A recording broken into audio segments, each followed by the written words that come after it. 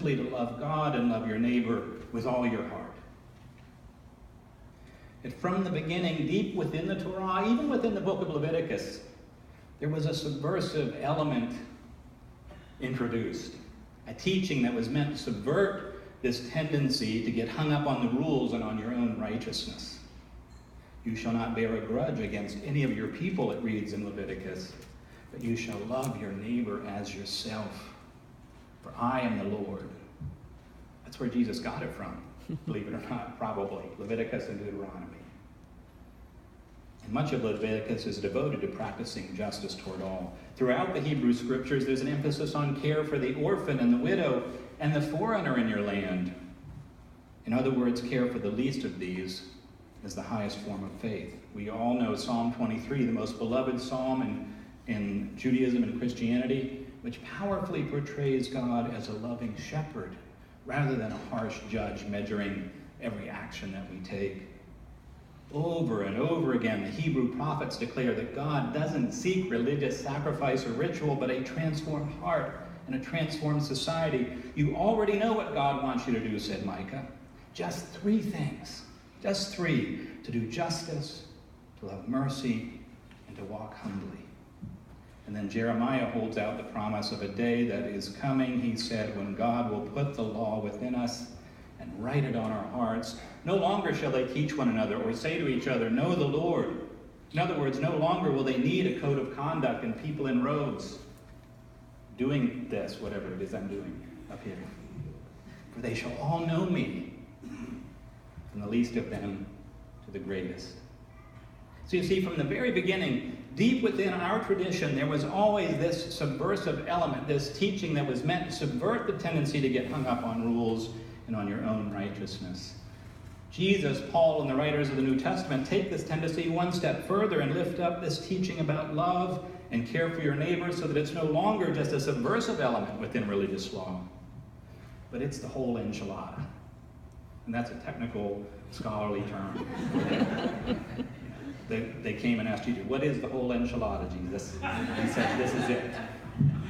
The one thing, the whole thing that is asked of us.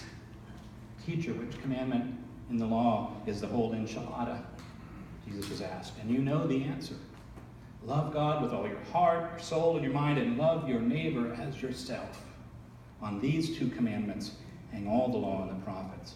And if this was not clear enough, Jesus emphasized the point over and over again. The practice of Sabbath, he said, was made for human beings, not human beings for the Sabbath. And that's where the Sabbath really represents the heart of the law. The law was made for human beings, not human beings for the law.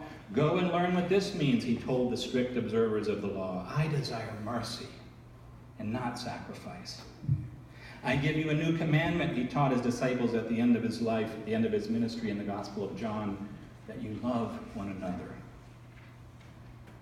I think of this these days when I hear people use that phrase, the rule of law, to justify, for example, deporting young people who have lived in this country all their lives. I think of it whenever people try to use the rule of law to justify any unjust, unfair outcome in other people's lives in our society. I often wonder, what exactly do people mean when they throw out that phrase, the rule of law, as if it were something utterly clear and immutable? Do we pledge allegiance to the rule of law in this country? No, we don't. We pledge allegiance to liberty and justice for all, which is or should be the intent of the law. Of course, we want and need order in society. We need a robust system of laws to preserve civil society. But in his challenge to the social and religious laws of his day, Jesus made it clear laws are made for human beings, not the other way around. If a law is unjust, if a law undermines human dignity, if it results in cruel outcomes, then change it. Change it to reflect the higher law of God's love. Speaking about the life of the church, Anthony DeMello wrote, where's the fire? Where's the love? Where's the freedom? This is what spirituality is all about. Tragically, we tend to lose sight of this, don't we? This is what Jesus Christ is all about. But we overemphasize the Lord, Lord, don't we? Where's the fire?